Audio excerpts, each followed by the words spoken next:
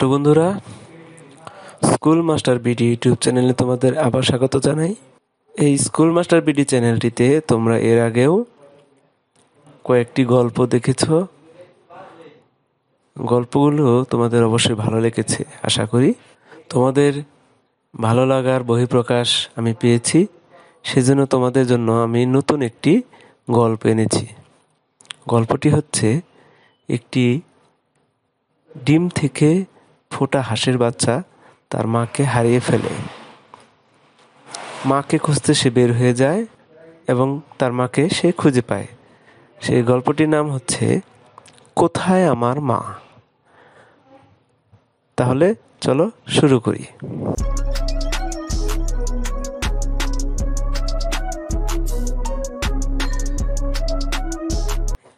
এক যে ছিল হাঁসের ছানা।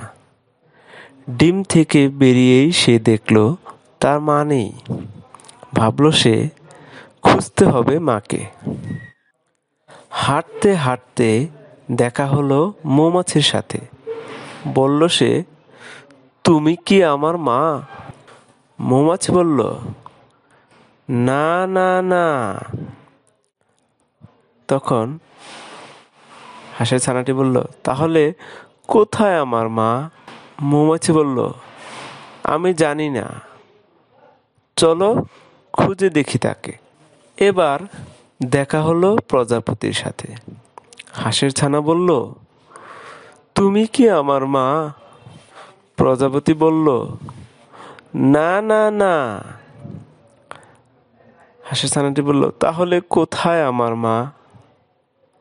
প্রজাপতি বলল, আমি জানি না, চলো খুঁজে দেখি তাকে। ব্যাঙের সাথে দেখা হতে হাঁসের ছানা বলল, তুমি কি আমার মা?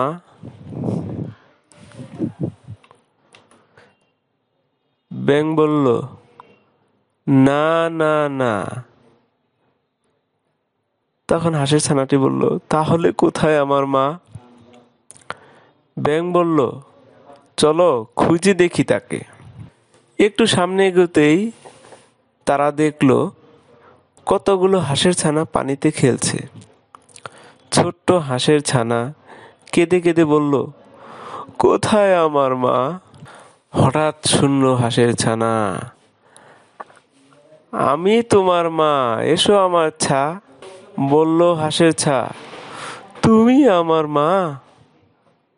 আমায় ছেড়ে তুমি আর কোথায় যেও না। অবশেষে হাঁসের ছানা তার মাকে খুঁজে পেল।